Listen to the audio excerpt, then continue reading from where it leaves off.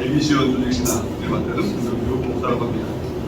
먼저 이제 강의를 시작하기 전에 지난번에 좀 잘못된 부분으로 수정을 먼저 하고 시작하도록 하겠습니다. 제가 지난 시간에 질의문답 시간에 성경에 대해서 이야기하면서 성경 안에 본질과 무본질에 대해서 이야기했잖아요. 근데 그게 잘못된 거다. 단용사에 대해서 표현을 해주시고 이렇게 질책을 해주셨어요. 그에 대해서 분명하게 잘못된 거다. 교회에 가더라도 그런 얘기를 해요.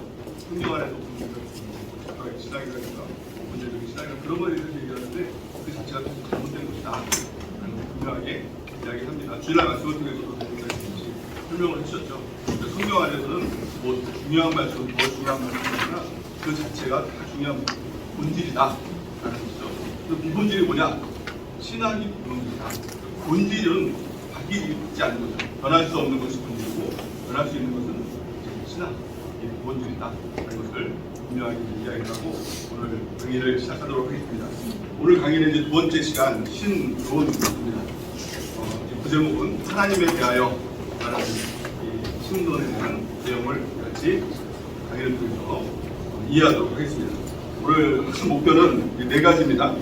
첫 번째는 하나님의 존재하심을 어떻게 알 수 있을까를 우리가 이해를 하고요. 두 번째는 성경과 개인의 관계를 이해하고 또 세 번째는 하나님은 어떤 분이신가에 대해서 우리가 이해를 합니다. 또 네 번째는 궁금해하는 부분이죠. 삼위일체가 무엇인가 그거에 대해서 우리가 좀 나누는 시간을 갖도록 하겠습니다. 오늘 이 내용이 굉장히 중요한 내용입니다. 신론, 우리가 조직신학을 하면서 이 목적이 바로 하나님에 대해서 바로 아는 것이죠. 조직신학을 다 끝내면 하나님은 어떤 분이신가 우리가 알아야 되고요. 또 그것을 설명해 줄 수 있어야 되는 것이죠. 설명해 주는 것이 무엇이죠? 그것이 이제 전도, 끝나는 전도신학을 하지 않습니까? 또 바른 말씀 안에서 하나님에 대해서 알고 또 바르게 전해야 되는 것이죠. 그래서 이제 세 번째 시간 성경 동서남북 그걸 통해서 이제 그것을 성경을 바로하는 우리 지식을 갖게 되는 것이죠. 그래서 이 세 강의는 따로따로 있는 것이 아니라 하나의 세트다라고 생각을 하시고 이렇게 강의에 임하셨으면 좋겠습니다. 그런 면에 있어서 오늘 이제 강의하는 신론은 굉장히 이제 중요한 부분이죠. 하나님이 어떤 분이신가, 우리가 하나님에 대해서 알 수 있는가에 대한 원론적인 질문으로부터 시작합니다. 모든 신학의 첫 번째 시작, 신학뿐만이 아니라 모든 철학의 가장 첫 번째 시작은 하나님은 존재하는가? 이거로부터 이제 첫 시작이 되는 것이죠. 또 두 번째 질문은 무엇일까요? 그렇다면 하나님이 계시다면 하나님을 우리가 알 수가 있는가? 이 질문으로부터 모든 신학이 시작을 합니다. 모든 철학도 이 시작으로부터 이 두 가지 질문으로부터 시작을 합니다. 그리고 가장 첫 번째, 하나님은 존재하시는가? 이 질문으로부터 우리가 답변을 내려야 되겠죠. 하나님 존재하실까요? 존재하시나요? 네. 아멘이라고 여러분 대답하셨는데 그 답이 맞습니다. 사실은 하나님은 존재하는가에 대한 답은 믿음으로부터 시작을 하는 것이죠. 만약에 하나님이 안 계시다면 우리가 지금 공부하고 있는 신학 또 신앙생활 이런 것들은 의미가 없는 것입니다. 아무것도 아닌 것이죠. 모든 학문 중에서 신학이라는 것이 하나님이 존재하지 않는다라고 하면 가장 하등 학문이 되는 것입니다. 뭐 철학이라든가 국문학이라든가 영문학이라든가 뭐 여러 가지 정치학이라든가 여러 가지 학문들이 있지 않습니까? 그에 대해서 연구하는 학문들이 있지 않습니까? 근데 만약에 하나님이 안 계시다라고 하면 그 모든 학문 중에서 가장 밑바닥 학문이에요. 배우나 마나한 학문인 것이죠. 그런데 만약에 하나님이 계시다라는 전제에서 보면 모든 학문 중에서 가장 가치 있는 학문은 이게 바로 신학이다. 최고의 학문이 바로 신학이다. 여러분들이 지금 배우고 있는 이 자리가 가장 가치 있는 자리예요. 우리가 하고 있는 신앙생활 이것보다 더 중요한 일은 없는 것이다 라는 것입니다. 사람들은 하나님에 대해서 하나님은 존재하는가에 대한 질문을 찾아갑니다. 근데 그 질문에 대해서 어떻게 찾아갑니까?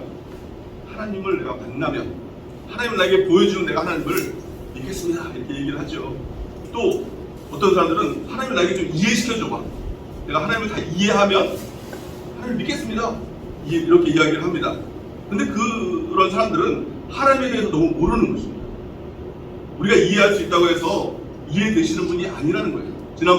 지난 시간에 우리가 예를 들었었죠. 구더기의 예를 들었지 않습니까? 사람과 구더기의 그 갭보다 우리와 하나님과의 갭이 더 크다. 잊어버린 우리가 창조물에 대해서 이해할 수 있는 방법은 없다. 또 하나님을 볼 수도 없다. 라는 것입니다. 근데 그 하나님을 이해가 되고 하나님을 볼 수 있는 유일한 방법이 있다는 겁니다.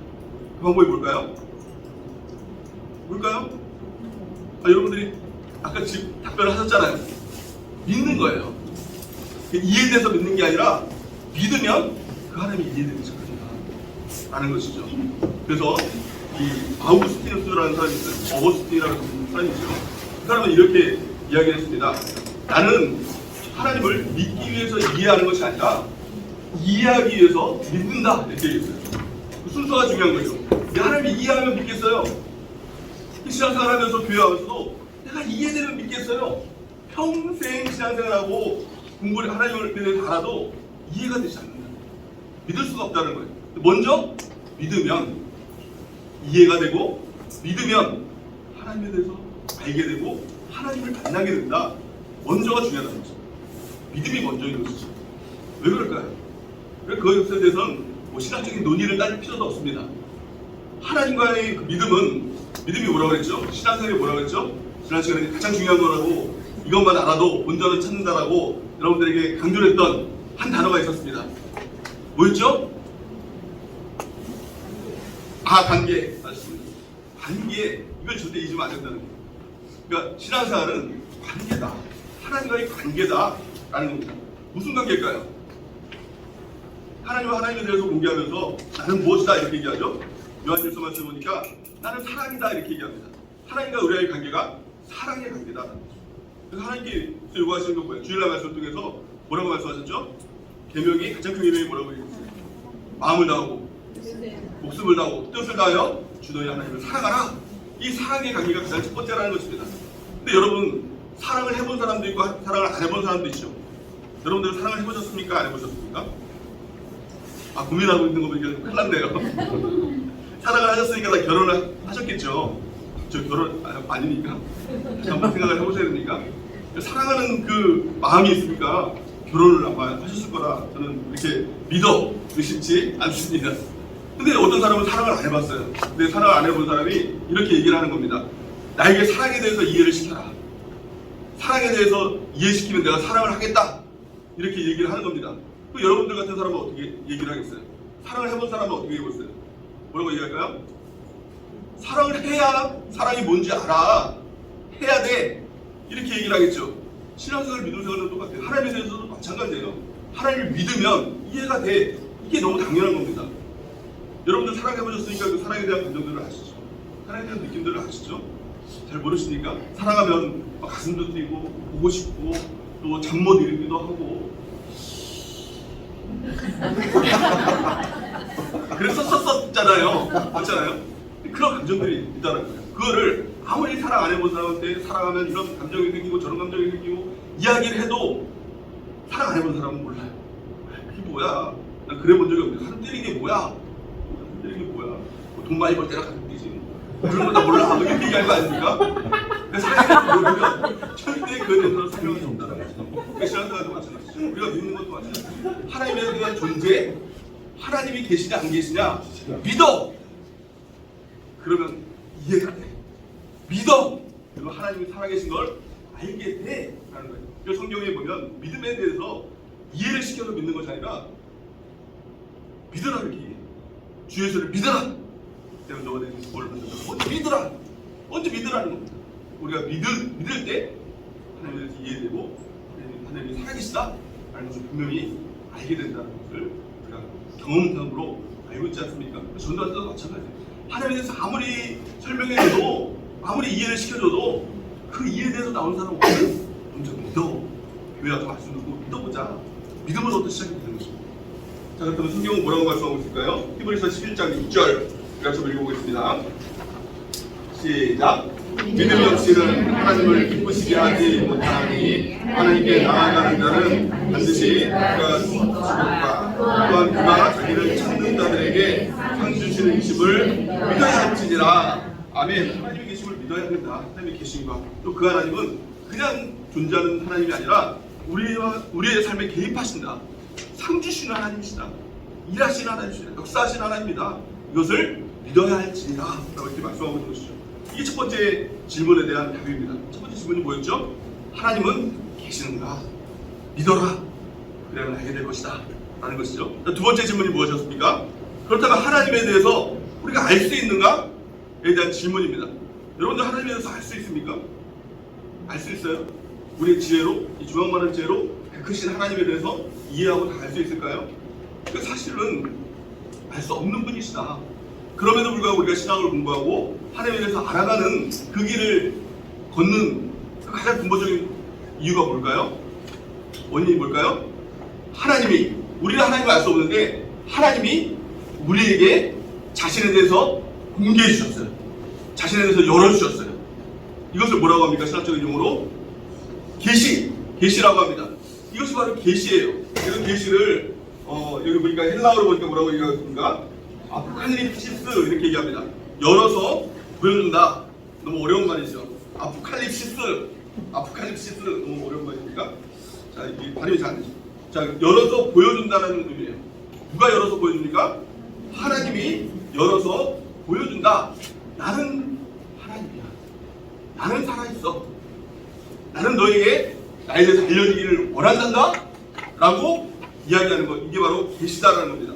계시를 통해서 우리 하나님을 알아갈 수 있어요. 크게 두 가지 방법을 좀 생각해 주길 원하는데요.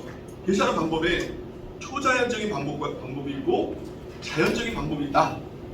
라는 것입니다. 초자연적인 방법이 뭘까요? 그것은 어떤 자연적인 원리를 뛰어넘는 것이죠. 기적을 얘기한다, 보통. 그래서 하나님께서 홍해를 가르침을 통해서 이스라엘 민족들에게 보여주기 원하는 그 말씀이 뭐예요?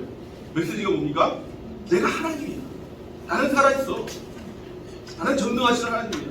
라는 것을 보여주는 것. 기적을 통해서 보여주는 것이죠.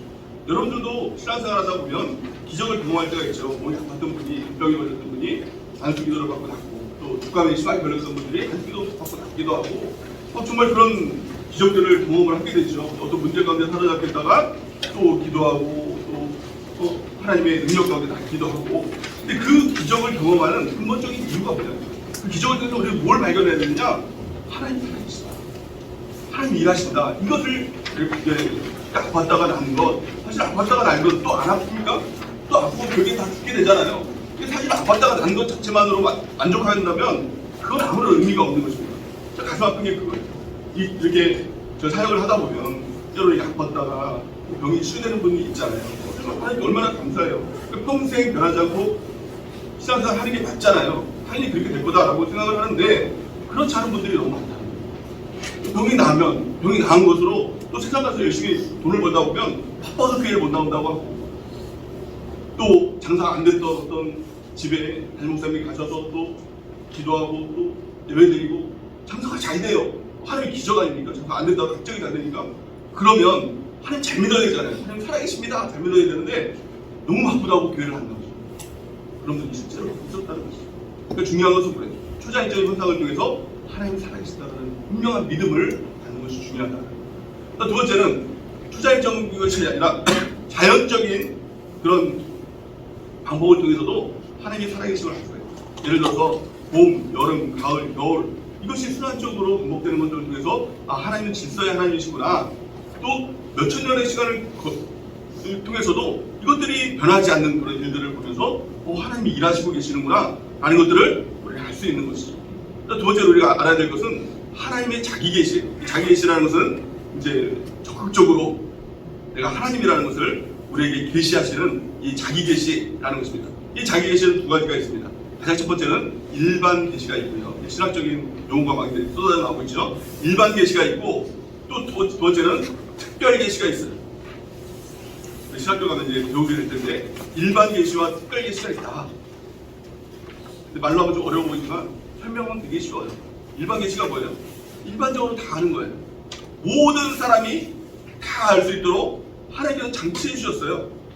이거 보면 다 하나님이 계신 걸 알아요. 뭘 보면 알까요? 우주를 보면 알죠. 우리가 우주를 잘 모른다고 하지만 우주에 있는 수많은 별들이 있잖아요. 그러면서 그것들이 운행이 되고 있잖아요. 엄청나게 많은 몇 개인지 모르겠어요. 수억 개, 수천 그렇게 얘기를 하잖아요. 근데 그게 운행이 되는데 한 번도 부딪히지 않고 운행이 되는 거예요. 우연이라고는 설명이 안 된다는 겁니다. 누군가는 그것을 운행을 하는 누군가가 있다는 거예요. 그래서 가장 많이 예수님을 믿는 신앙생활을 갖는 그런 직업 중에 하나가 바로 과학자라고 얘기하죠. 또 나사, 여러분 아시죠? 나사에서 근무하는, 제가 예전에 듣기로 100%가 하나님을 다 믿는다는 거예요. 그거를 부인할 수가 없는 거예요. 하나님이 안 계시면 이렇게 될 수가 없다라는 것이죠. 우리 우주를 잘 몰라서 그렇죠. 자, 보세요. 성경에는 뭐라고 얘기하거든요. 시편 19편 1절 우리가 한번 읽어볼까요? 시작. 하늘이 하나님의 영광을 축복하고 웅창이 그의 손으로 하신 일을 나타내도다 하면 이게 일반 빛이라는 거예요. 이 우주, 웅창, 이것이 하나님에 대해서 증거한다는 것이죠. 로마서 1장 20절 시작. 창세로부터 그의 보이지 아니한 것을 곧 그의 영원하신 능력과 신성이 그가 만드신 만물에 분명히 보여 알려졌다니 그러므로 그들이 피하지 못할지니라. 아멘. 우주뿐만이 아니라 만물에 하나님의 살아계심이 다 있다는 겁니다. 그러니까 죄로 인해서 우리가 눈이 가려져 있으니 그것이 자연스럽게 생겨나고 저절로 생겨났다고 생각이 되지, 우리 눈이 열리면 그 모든 것을 통해서 하나님을 발견할 수 있다. 제가 초등학교 6학년 때 처음 이제 성령을 받았습니다. 성령에 이제 체험을 했죠. 근데 성령의 체험을 했는데 그때는 그게 뭔지 몰랐어요. 기도를 막 하는 중에 눈물이 막 쏟아지는 거예요. 근데 뭐 초등학교 6학년짜리가 뭔 죄가 그렇게 많아가지고 회개의 눈물을 그렇게 쏟았겠습니까? 그 회개 그런 게 아니라 눈물이 그냥 막 그냥 계속 흐르는 거예요. 막 주체할 수 없게 막 계속 흐르는 거예요. 나중에 이제 알고 봤더니 홀리 크라잉이라고 이렇게 얘기를 하더라고요. 성령을 받으면 그런 현상들이 나타나요. 또 이제 반대로 웃는 사람들이 막 있어요. 근데 성령의 웃음이다. 그래서 홀리 레토 이렇게 이야기를 합니다. 그래서 가끔 이제 오정원 집사님 보면 저게 나는 그 홀리 레토인가? 깜짝깜짝 놀랄 때가 있죠. 나도 주체가 안 되는 거예요. 이렇게 웃는 그런 현상들이 나타나게 되는데 저는 이제 홀리 크라잉을 막 이렇게 경험하게 된 거예요. 이렇게 눈물이 막 이렇게 쏟아지는 거예요. 그냥 우는 게 아니라 그 초등학교 6학년짜리가 막 이러면서 막 통곡하면서 이렇게 우는 거예요. 우는데 슬프지가 않아요. 너무 기쁜 거예요. 뭐 주님이 막 내 안에 계시다는 그런 확신이 들고 막 기쁜 거예요. 그리고 나서 이제 집에 가려고 이제 교회 문을 나섰는데 예전에도 있었고 뭐 항상 봐왔던 나무들도 있었고 햇빛도 있었고 꽃들도 있는 거예요. 근데 성령을 받고 그것을 봤는데 완전히 틀리게 보여요. 그게 살아서 나를 향해서 인사를 하는 거예요.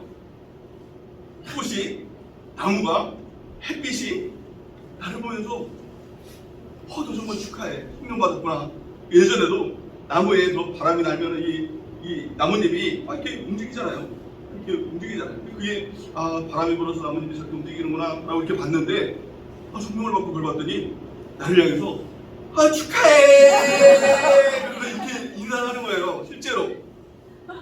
또 꽃들도 나를 빵빵 보면서 웃어주고 햇빛도 나를 향해서 비춰주는 거. 그걸 보면서 이 모든 만물들이 하나님께서 나에게 주신 선물이구나 라는 것들이 깨달아진 거죠. 또 신앙생활을 하면서 또 이제 또 인생을 살다 보면 하나님 잃어버릴 때도 있고 또 괴로움을 당할 때도 있고 그로 인해서 사방의 음침한 골짜기로 내가 가는 거잖아요. 내가 막 그런 골짜기로 갈 때도 있죠. 그러면 때로는 나 혼자인가 봐 또 외롭기도 하고 힘들기도 하고 때로는 어떨 때는 죽고 싶기도 하고 막 그럴 때가 있지 않습니까? 그럴 때 그때 초등학교 때 기억들이 딱 떠올리게 하나님께서 해주시면 창문을 열고 또 때로는 밖에 나가서 나뭇잎을 보는 것이죠. 나무를 보는 것이죠. 햇빛을 보는 것이죠. 꽃을 보는 것이죠. 그러면 하나님이 살아계시다. 나와 함께 하시다. 이 모든 것을 하나님께서 나에게 주셨다 라는 그 은혜가 다시 생겨나는 것이죠. 그 모든 것을 통해서 여러분들도 이거 마치고 나서 4시에 이제 마치잖아요. 이제 마치면 한번 나가보세요. 나무를 한번 바라보시고 나뭇잎을 바라보시고 꽃들도 바라보시고 햇빛도 바라보세요. 여러분들의 시각이 바뀌고 하나님이 나에게 모든 것을 주셨다는 그런 의미로 그것들을 바라보면 하나님이 살아계심을 부인할 수가 없는 것이죠. 하나님은 살아계십니다. 그것도 보기 싫으면 거울을 보세요. 거울을 보세요. 제가 거울을 보면서 깜짝깜짝 놀랄 때가 있습니다. 너무 완벽하게 사람을 치셨고요. 거울을 보면서 하나님이 살아계시군요. 이렇게 사람을 완벽하게 만들 수 있을까? 라고 깜짝깜짝 놀랄 때가 있는 것이죠. 여러분들은 그거 많이 못하셨습니까? 여러분들은 어때요? 여러분들 거울 한번 봐세요. 하나님 살아계신 겁니까? 이렇게 하지 마시고 얼굴을 보면 하나님께서 눈, 코, 있을 때 너무 필요하게 다 만들어 놓으신 거잖아요. 하나님께서 우리 모든 지체 중에서 가장 약하게 만든 지체가 어딘지 아세요? 가장 약한 지체. 네? 맞아요, 눈이에요. 아니, 그거에 대해서 동의하지 못한다면 바늘 하나 가져와 버려요. 눈을 그냥 꽉 찔러면 눈은 바로 실명이 돼요. 그만큼 약한 지체가 바로 이 눈이라는 지체예요. 근데 하나님께서는 우리를 보면서 뭐라고 이야기하고 있냐면 내가 너희를 눈동자와 같이 지키겠어. 눈 중에서 눈동자가 가장 약한 지체 아닙니까? 눈동자와 같이 너를 지켜주겠다. 우리는 약한 지체지만 하나님께서 보호해 주신다는 거예요. 아니, 거울을 보면서 눈동자를 어떻게 지켜주시길래 하나님께서 이렇게 봤더니 와, 눈동자에 엄청 많은 이렇게 장치가 있는 것이죠. 우리 눈썹 밀고 이제 무시하시는 분들 계시지만 눈썹이라는 지체가 왜 있냐? 땀을 흘리면 눈 속에 들어가지 말라고 이걸 보호해 주시는 거예요. 보호해주는 거예요. 하나님께 만든 거예요, 여러분들. 뭐 하시는 분들은 어쩔 수 없지만 하나님께 만들어 주신 거예요. 눈 속에 땀이 들어가지 말라고. 또 먼지가 막 하도 눈 속에 들어가니까 속눈썹을 만들어가지고 그 먼지가 들어가지 말라고 그걸 보호해주는 게 속눈썹인 것이죠. 또 설사 그렇다 할지라도 눈에 먼지가 들어갔어요. 그럼 어떡합니까? 눈물로 하나님께서 그걸 뽑아내가지고 눈을 보호해주신 것이죠. 또 혹시라도 또 남아있는 이 먼지가 있으면 자다가 이 눈에 이게 눈물이 이렇게 돌아가지고 눈곱으로 이렇게 모이면 눈곱 떡떡 떼가지고 딱 버리면 그게 눈이 완전 빠르게 보여주는 거예요. 이게 정말 하나님이 만드셨다라는 거예요. 그리고 너희를 눈동자같이 내가 지켜주겠다. 만드신 분만이 그 말씀 하실 수 있는 거 아닙니까? 눈을 만드시고 너희를 눈동자같이 지켜주겠다. 이건 정말 하나님만이 하실 수 있는 말씀이고 하나님 살아계시다. 이 자체만으로 살아계시다. 더 볼 것도 없죠. 코는 어때요? 더 부연해서 설명하자면 코도 완벽하게 하는데 만든 것 아닙니까? 코가 이 콧구멍이 아래로 향해 있으니 비가 와도 이게 물이 안 들어가잖아요. 혹시 거꾸로 달려있으면 어떻게 할 뻔했어요? 비가 올 때마다 익사해서 죽는 사람들이 막 살아나는 거 아닙니까? 또 비가 오면 이제 큰일 났다 그러면 걱정할 거 아닙니까? 근데 한 사람도 이게 거꾸로 달리는 사람들이 본 적이 없어요. 이렇게 완벽하게 만들어 놓은 거죠. 더 하면 어때요? 이건 어때요? 우리 먹을 수도 있고 말할 수도 있도록 하나님께서 이렇게 완벽하게 참여해낸 건 아닙니까? 혀는 어때? 이 혀라는 존재를 보더라도 하나님 살아계시다는 것을 알 수가 있는 것이죠. 이 수많은 이빨들, 20몇 개의 이빨들 가운데서도 이 말하면서도 먹으면서도 이게 씹혀 죽지가 않아요. 그러니까 우연히 뭐 이빨에 혀가 씹혀 죽었다, 우연히 죽었다 이런 사람들은 본 적이 없어요. 하나님 살아계시고 있어요. 그래서 우리 모든 것, 뿐만이 아니라 모든 것을 보더라도 우리의 몸을 보더라도 하나님 살아계시다는 것을 알 수가 있어요. 그러니까 우연히 만들어졌다, 이 진화론은 말도 안 되는 것이죠. 또 하나님이 안 계시다, 이것도 말도 안 되는 것이죠. 예를 들어서 우리가 산에 이 집 하나만 있어도 누가 저 산에다 집을 만들었지? 라고 생각을 하지.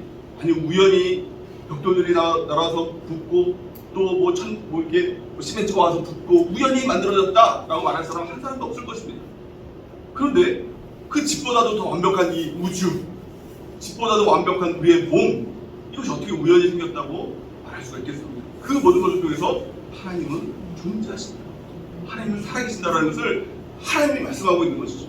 이걸 뭐라고 그래요? 일반 계시. 모든 사람들이 다 하나님을 알 수 있게 하나님이 만드셨다라는 겁니다. 그런데 두 번째는 특별 계시가 있어야 된다는 거죠. 일반 계시는 하나님이 살아계신다는 것을 알게 되는 것이죠. 그런데 그것만으로는 구원받을 수 있는 사람 없다는 거예요. 구원받기 위해서는 구원의 길을 알아야 되고, 구원받는 지혜가 있어야 되고, 또 어떻게 하면 구원을 받는가 구체적인 지침이 있어야 되는 것이죠. 그 모든 것, 특별하게 구원에 대해서 알려주시는 것, 이 특별 계시가 뭐예요? 그것이 바로 성경이다 라는 것을 알아야 된다는 것이죠. 특별 계시는 성경이에요. 성경을 통해서 우리는 어떻게 구원을 받고 어떻게 천국에 가고 어떻게 주님의 뜻대로 살 수 있는지를 알게 되는 것이다 라는 것입니다. 두 번째 주제를 통해서 성경과 계시의 관계에 대해서 우리가 좀 살펴보도록 하겠습니다. 첫 번째는요, 성경과 계시인데요, 히브리서 1장 1절에서 2절 우리가 한번 읽어보겠습니다. 시작. 1절에 선지자들을 통하여 여러 부분과 여러 모양으로 우리 조상들에게 말씀하신 하나님이 이 오늘날 말씀하기는 아들을 통하여 우리에게 말씀하셨으니 이 아들을 만민의 상속자로 세우시고 또 그로 말미암아 모든 세계를 지으셨느니라. 아멘. 하나님께서 선지자 성경에서 또 그 아들을 통해서 우리에게 말씀하셨다. 성경을 계시하시고 또 성경을 이제 쓰도록 하시고 그걸 계시하셨다라는 의미입니다. 그 성경은 우리가 어떻게 만듭니까? 디모데후서 3장 15절 같이 한번 읽어보겠습니다.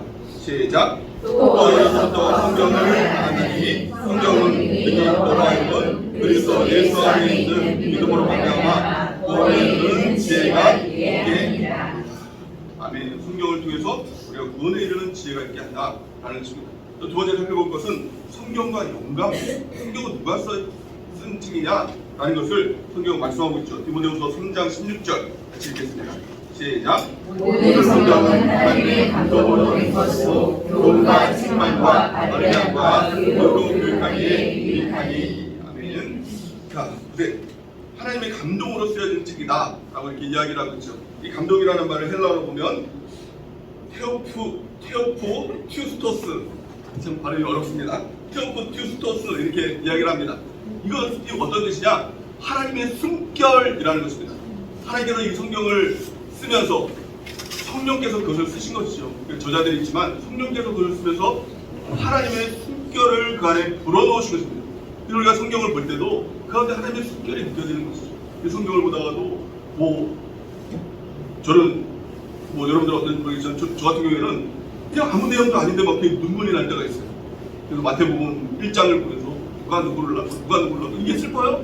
이게 감동적이에요? 그게 아닌데 그걸 보면서 눈물이 막 이렇게 쏟아지면서 하나님 감사합니다 이런 때도 있고. 근데 그런 것들의 이유가 뭘까요? 이 안에 하나님의 감동이 있고 하나님의 성결이 있다. 이 성경을 통해서 하나님을 경험할 수 있고 하나님을 수 있다는 것을 말씀하고 깨달아지는 은혜를 경험할 수 있다는 것이죠. 성경은 40여 명의 저자로 쓰여졌습니다. 또 1600년간의 긴 기간을 통해서 성경이 쓰여졌죠. 그럼에도 불구하고 성경은 일반적으로 쓰여져 있는 것, 모순된 점이 없는 것, 오류가 없고 오점이 없는 책인 이유는 성경은 성령 하나님께서 쓰셨기 때문이다 라는 것을 알 수가 있는 것이죠. 또한요, 자, 첫 번째를 보면 성경은 누구를 위해서 쓰여진 책이냐? 여러 가지 누구를 위해서 쓰여진 책일까요? 모든 사람들을 위해서 쓰여진 책이다 라는 것이죠. 이게 쓰여져 있지 않습니까? 모든 사람들을 위해서 쓰여진 책이다. 어떤 특정한 사람이 아니라 모든 사람을 위해서 쓰여진 책이다. 이것만 보더라도 하나님은 이렇게 말씀하시죠. 나는 모든 사람이 구원을 받기 원한다 라고 이렇게 얘기를 합니다. 그런 의미에서 성경은 모든 사람에게 주신 책이다 라는 것입니다. 주의 말씀을 통해서도 성경은 어려운 책이 아니라 쉬운 책이다. 모든 사람이 다 보고 구원받는 것이 하나님의 뜻이기 때문에 성경은 어린아이라도 보고 알고 또 그것을 보면 하나님을 발견하고 하나님을 깨닫고 구원에 이르는 길을 발견할 수 있는 그 책이 바로 성경책이다. 성경에 대한 오해가 무엇이죠? 성경은 어려운 책이다. 특별한 어떤 사람에게 배워야 알 수 있는 책이다 라는 것은 그것은 다 오해다 라는 것을 우리가 분명히 알아야 될 것입니다. 그래서 성경을 누구라도 성경을 읽기만 하면 이해가 되고 깨달아지고 또 순종할 수 있도록 하나님께서 모든 것을 주신 책, 완전한 책, 완벽한 책, 온전한 책, 이것이 바로 성경이다 라는 것입니다. 그래서 성경을 읽어야 됩니다. 아까도 얘기했지만 성경, 그것이 가장 본질이다라는 겁니다. 우리가 신학 공부를 하고 있지만 성경 위의 신학은 없는 것이죠. 그래서 성경을 보자 하는 것, 성경을 이해할 수 있도록 도와주는 것, 서버의 역할을 하는 것이 신학이다 라는 걸 우리가 알 수가 있는 것이죠. 자, 세 번째 주제로 들어가세요. 그러면 하나님은 어떤 분이신가? 성경을 통해서 공개되신 하나님은 어떤 분이신가? 이걸 통해서 전부를 말할 수는 없지만 가장 핵심적인 내용들을 몇 가지를 뽑아서 요약을 했습니다. 가장 첫 번째로 뭡니까? 하나님은 영이시다 라는 거예요. 이 영이 아니라 이 영이 아니라 하나님은 영적인 존재이다 라는 것이, 이것이 사람과 하나님을 구분하는 가장 핵심적인 이 구분점이다 라는 것이죠. 그래서 성경은 이렇게 말씀합니다. 요한복음 4장 24절 시작. 하나님은 영이시니 예배하는 자가 영과 진리로 예배할지니라. 아멘. 우리가 예배할 때도, 하나님을 예배할 때도 육으로 예배하는 것이 아니라 영과 진리로 예배하라 이렇게 얘기하는 것이죠. 여기서 말하는 하나님은 영이시니 라고 할 때 이 영어 단어가 스피릿이라는 단어를 쓰고 있는데, 대문자 S를 쓰고 있습니다. 그러니까 하나님이 영이시다라는 것은 하나님에 대해서는 대문자를 쓰고 있고요. 그 다음에 나오는 예배하는 자가 영과 진리로 예배할지니라고 할 때 이 영은 소문자 스피를 쓰고 있는 것이죠. 그러니까 우리에게도 하나님이 영이신데 우리에게 하나님의 생기를 불어넣으셨죠. 그거로 만드시고 생기를 불어넣으셨죠. 그것이 뭐냐? 생기가 바로 영을 불어넣으신 것입니다. 하나님의 형상에 따라서 사람을 지었습니다. 하나님의 형상을 따라서 지었다는 것은 우리도 하나님처럼 영적인 존재로 하나님께서 우리를 만드셨다는 거예요. 그 죄로 인해서 그것을 소멸했지만 또 십자가를 통해서 예수님의 그 은혜를 통해서 그 영을 우리가 살려주신 것 아닙니까? 그것도 인간론을 통해서 또 구원론을 통해서 다시 한번 우리가 살펴볼 것입니다. 그래서 우리가 예배 드릴 때도 영적인 예배를 드려야 된다. 하나님께서 주신 영을 가지고 그러니까 육으로 예배 드리는 것이 아니라 육으로 예배 드리는 게 뭐예요? 예배 드릴 때도 육적인 컨디션과 육적인 상황에 자꾸 끌려다니는 거예요. 아파서 예배를 못 드리고 또 뭐 몸에 어떤 일들이 있어서 육적인 일들이 있어서 예배를 못 드리는 건 다 육적인 예배인 것이죠. 나의 영이 진리의 말씀을 붙들고 나오면 우리 주님을 만날 수가 있는 것이죠. 영적인 예배다라는 것입니다. 하나님은 영이시다. 이게 가장 첫 번째 특징. 두 번째는 뭘까요? 하나님의 자존성 이렇게 얘기를 합니다. 우리 출애굽기 3장 14절 같이 한번 읽어보겠습니다. 시작. 하나님이 모세에게 이르시되 나는 스스로 있는 자이니라. 또 이르시되 너는 이스라엘 자손에게 이르시기를 스스로 있는 자가 나를 너희에게 보내셨다 하라. 아멘. 모든 존재는 모든 만물은 지으신 분이 계시죠. 하나님이 다 모든 것을 지으셨어요. 하나님이 창조주가 되시고 모든 것은 다 피조물입니다. 근데 유일하게 하나님은 지으신 분이 없어요. 지으신 분이 있다고 하면 또 그 분은 또 누가 지었냐는 거예요. 하나님은 스스로 있는 분이다. 하나님이 스스로에 대해서 이야기를 하면서 나는 스스로 있는 자다. 영어로 보면 I am who I am. 나는 스스로 존재하는 자다. 라고 이렇게 얘기하고 있는 것이죠. 이걸 자존성이라고 얘기합니다. 스스로 있는 자라는 것을 이야기하고 있는 것이죠. 자, 세 번째 특징은 뭡니까? 자충족성이다. 이렇게 이야기를 합니다. 사도행전 17장 24절에서 25절 같이 한번 읽어보겠습니다. 시작.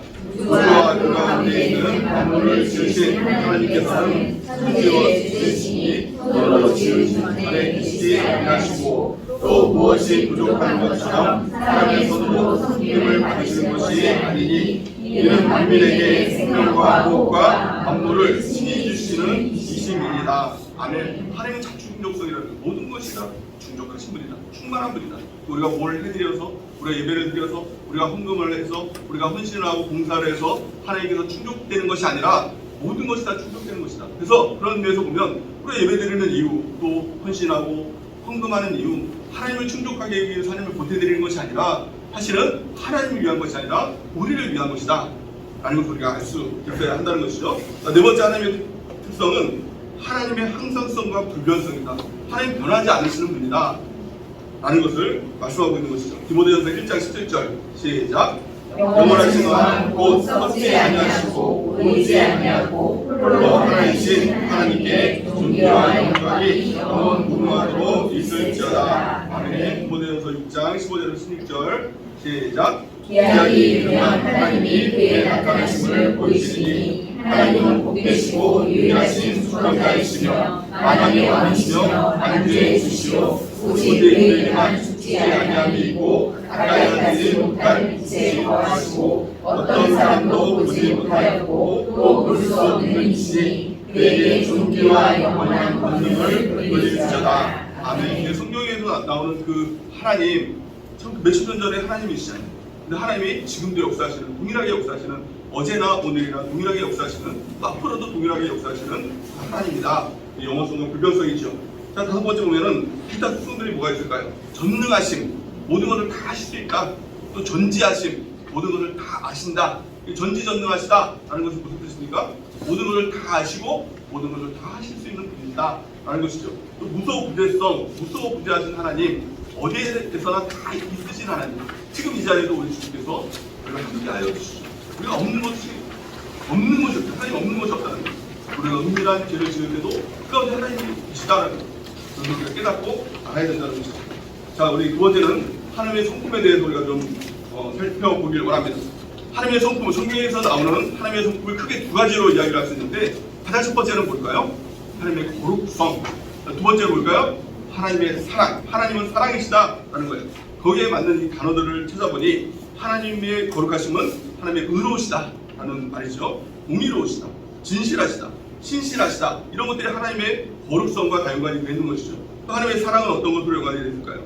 하나님의 은혜와 자비, 또 긍휼과 용서, 인내, 이런 것들이 다 사랑과 연관이 되어 있는 것이죠. 또 하나님께서 하시는 일은 무엇일까요? 크게는 구원과 통치, 이것이 하나님께서 하시는 일이다.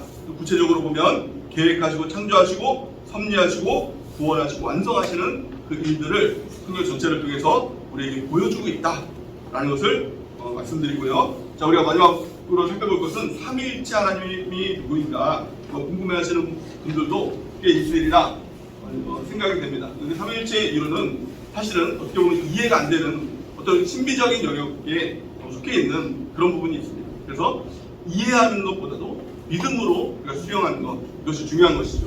또한요, 그렇다고 해서 무조건 믿어, 무조건 믿어야 돼, 이렇게 수용할 수는 없는 것이죠. 성경을 통해서 그 근거를 우리가 찾아보려고 합니다. 그 근거를 하나님께서 우리가 제시하고 있죠. 삼위일체는 쉽게 말하면 신학교에서 이렇게 가르칩니다. 하나의 본질 안에 세 위격이 있다. 이걸 삼위일체다. 이렇게 이야기를 합니다. 그러니까 이렇게 설명하면 좀 모호한 부분도 있죠. 우리가 알아듣기 힘든 부분이 있죠. 이걸 대해서 설명하면 먼저 위격이라는 말을 우리가 설명하면 위격이 뭐냐? 삼위 할 때 위가 위격인데 사람에게는 인격이 있죠. 사람을 구분하는 특징은 인격이에요. 내가 이런 인격이 있기 때문에 나라는 존재가 있다라는 것이죠. 근데 하나님을 향해서도 인격이라고 말할 수 있을까요? 인격의 인은 사람이 인자잖아요. 사람의 특징이다. 근데 하나님은 인격이란 말을 쓸 수 없기 때문에 위격이란 말을 쓰는 것이죠. 그러니까 위격이 있으다. 사람으로 보면 인격을 갖고 있다. 새 인격을 갖고 있다라고 이렇게 이야기를 하는 것이죠. 성부는 성부의 인격, 다르게 말하면 성부의 위격이 있고, 성자는 성자의 위격이 있고, 또 성령은 성령의 위격이 있다라는 거예요. 그러니까 뭘 알 수 있느냐? 성부는 성자가 아니다. 또 성자는 성령이 아니다. 또 성령은 성부가 아니다. 다 각각의 위격이 있다라는 것이죠.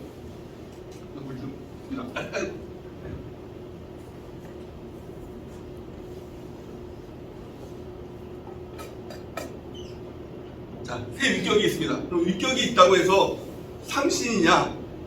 삼신 한번이 아니죠. 삼신이 아니라 하나의 본질 안에 있다는 거예요. 그 본질이 뭐냐? 성부도 하나님이시고, 성자도 하나님이시고, 성령도 하나님이시다. 그러니까 하나님은 한 분이시잖아요. 그 한 분이시다는 거예요. 그것이 바로 하나의 본질 안에 세 위격이 있는 삼위일체다라는 것을 설명하고 있는 것이죠.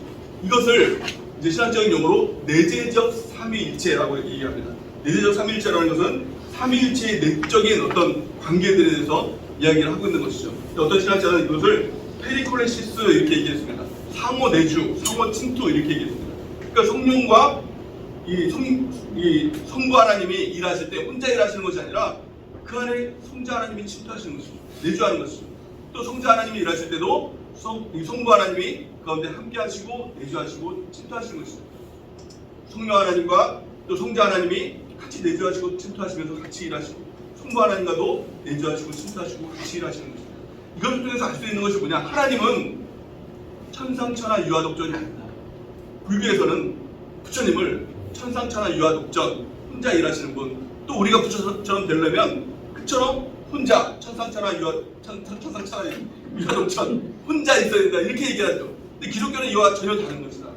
하나님도 관계적 하나님이다. 혼자 일하시는 것이 아니라 관계를 통해서 일하시는 하나님이시다. 또 우리를 향해서도 교회를 통해서 함께 관계를 통해서 일하시기를 원하신다. 이것이 하나님의 특성이다. 삼위일체적인 가장 특성이다. 이렇게 이해를 하시면 될 것 같습니다. 자, 내재적 삼위일체에 대해서 설명을 했죠. 자, 두 번째는 하나님을 알아가는 것이 경세적 삼위일체를 통해서 하나님을 알 수 있다는 것입니다.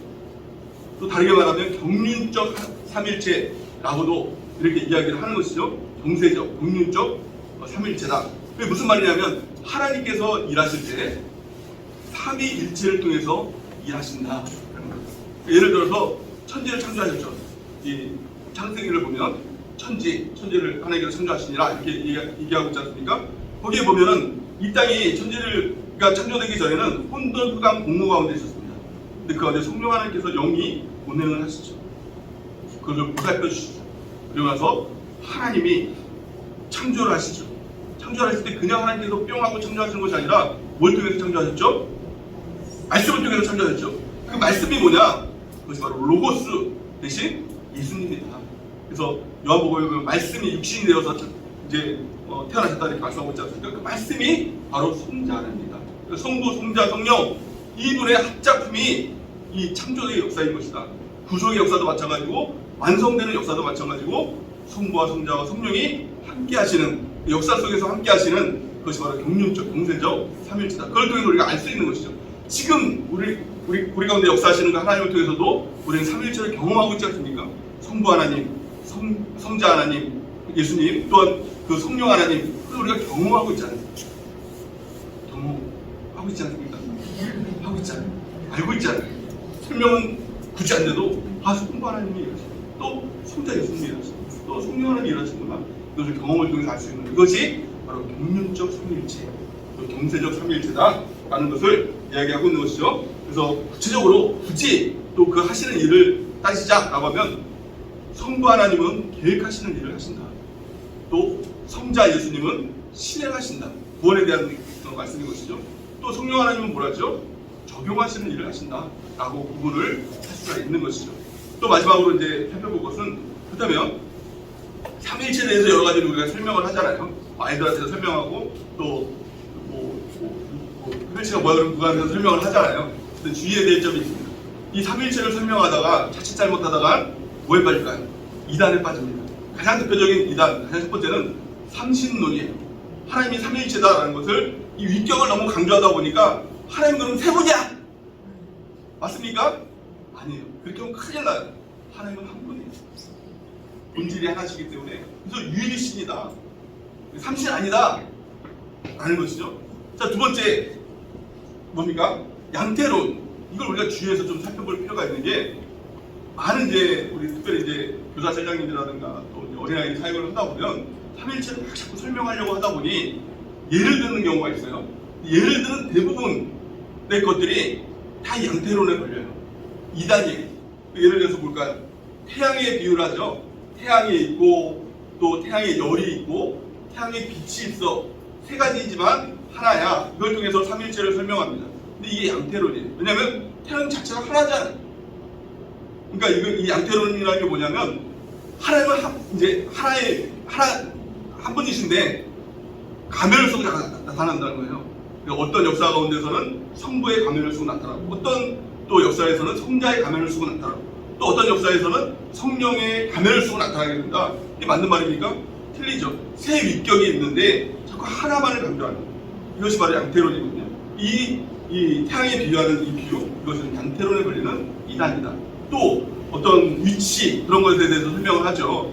저는 이제 여기 우리 교회에서는 부목사이지만 또 집에 가면 남편의 아니죠 아내의 남편이 되고 또 아이의 아빠가 되고 또 어머니 앞에서는 이렇게 아들이 되고 이런 것들에 대해서 설명하다 보니 이것도 양태론에 걸리는 것이죠. 내 자신이 하나의 위격이 하나잖아요. 그러니까 이게 양태론에 걸리는 거죠. 또 어떤 게 있을까요? 또 물과 얼음과 수증기 이런 것에 대해서 설명하는 것, 이런 모든 것이 다 이 이단 양태론에 걸리게 된다라는 것이죠. 사실은 하나님이라는 존재는 이 땅의 어떤 비유를 통해서 설명이 안 되시는 분이에요. 세계의 위격 가운데 하나의 본질이다. 이 설명이 제일 적합한 설명이 될 것이다. 하나님은 공동체를 통해서 함께 또 하나가 되신 분이 일하시는 것이 하나님이 일하십니다. 삼위일체다라는 것을 이야기합니다. 여러 가지 또 더 궁금한 게 있겠지만 이제 이 부분에 있어서는 믿음으로 받아들이고 또 그 하나님의 우리의 삶 가운데 경제적으로 긍휼적으로 일하시는 하나님과 받아들이는 것, 이것이 중요하다 이렇게 생각이 듭니다. 혹시 오늘 내용 가운데 질문이 혹시 있으십니까? 질문이 없으면 시간을 기도하고 마치는 시간을 혹시라도 또 의문하는 점이 있으면 말씀을 해주시면 성실하게 최선을 다해서 드리도록 하겠습니다. 기도하고 마치도록 하겠습니다. 살아계신 하나님 은혜를 감사합니다. 오늘 귀한 시간을 허락해 주셔서 이렇게 하나님에 대해서 알아가고 또 하나님에 대해서 또 사랑하는 마음으로 마음을 다 뜻을 다하고 목숨을 다해 하나님을 사랑하는 마음으로 공부할 수 있는 귀한 시간 허락하심을 감사합니다. 우리가 늘 하나님의 말씀을 보고 또 말씀 가운데서 하나님을 발견하고 하나님을 믿고 또 여호와가 나의 목자이시니 내가 양이라는 그 의식을 가지고 마음을 가지고 늘 주님을 따라가는 삶을 살아갈 수 있도록 인도하여 주옵소서. 이번 한 주간도 하나님을 더욱 사랑하기 원합니다. 마음 다하고 뜻을 다하고 목숨을 다해서 하나님을 사랑하고 또 그와 같이 우리 이웃을 사랑하는 우리 한 주간이 될 수 있도록 축복하여 주시옵소서. 예수님의 이름으로 기도합니다. 네. 영광 받습니다.